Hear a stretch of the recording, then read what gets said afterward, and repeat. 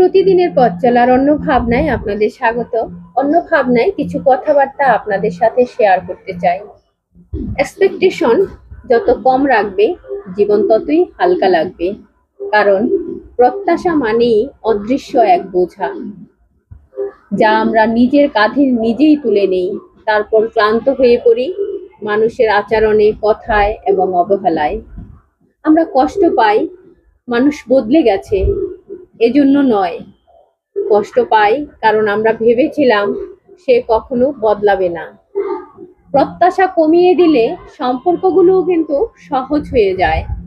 তখন কারো একটু একটু যত্নেও মন ভরে যায়, কারো ছোট্ট একটা খোঁজ নেওয়াতেই দিনটা সুন্দর লাগে। অভিমান জমে না, অভিযোগ জন্মায় না।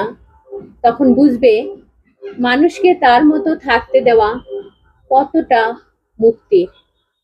সবাই ভালো থাকবেন, সবাইকে ভালো রাখবেন। সবাইকে ধন্যবাদ।